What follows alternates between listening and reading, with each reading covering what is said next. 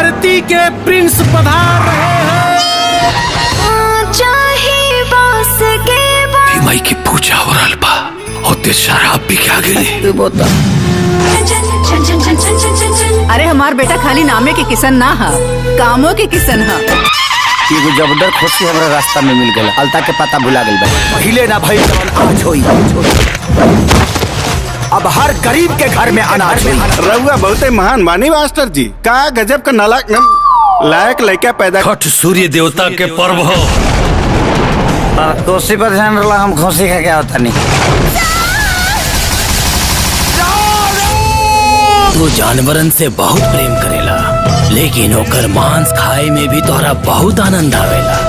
अगर सच में तू राधा से प्रेम करेला तई बकरी से भी तोहरा वही तरह प्रेम करे के। एगो कृष्ण भगवान रहन जे गाय चरावत रहन, एगो ही किशन बा जे बकरी चराई।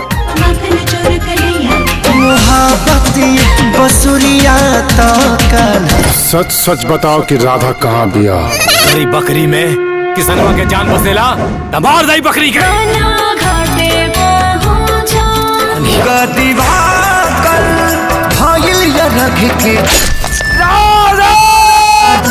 जैसी करनी वैसी भरनी। जी हाँ, नमस्कार दोस्तों, आप सभी कैसे, आशा करता हूँ कि आप सब बहुत ही अच्छे होंगे। जी हाँ दोस्तों, आप सभी बता दूं कि आपके चहता singer global star Khesari Lal Yadav ji का बहुत ही बड़ा लेवल का मूवी जी हाँ दोस्तों आप सभी के बीच कब आएगा। जी हाँ, तो जिस मूवी का नाम है बोल राधा बोल। जी हाँ दोस्तों, बहुत ही तहलका मूवी है। जी हाँ दोस्तों, आप सभी बता दूं कि इसका ट्रेलर रिलीज हो गया। जी हाँ, तो इसका ट्रेलर इतना मस्त है। जी हाँ, तो इतना मस्त है, मैं बार बार इस ट्रेलर को देख रहा हूँ। जी हाँ दोस्तों, इसका ट्रेलर इतना गजब आया है। जी हाँ, तो इसका फिल्म कैसा आएगा, बहुत ही तहलका टीजर है। जी हाँ, तो आप सभी बता दूं कि छठ पूजा से पहले आप सभी को वेब म्यूजिक कंपनी पे जाते हुए म्यूजिक भोजपुरी पे आप सभी को इसका फुल मूवी जी हाँ तो उसका फुल मूवी आप सभी को देखने को मिलेगा। जी हाँ दोस्तों, अभी तो ट्रेलर इसका आया है, पर ट्रेलर भी बहुत ही अच्छा शानदार है। जी हाँ दोस्तों, आप सभी बता दूं कि छठ पूजा से पहले आप सभी के 2-3 दिन में जी हाँ दोस्तों आप सभी को इसका फुल मूवी वेब म्यूजिक पे देखने को मिलेगा। जी हाँ दोस्तों, आप सभी बता दूं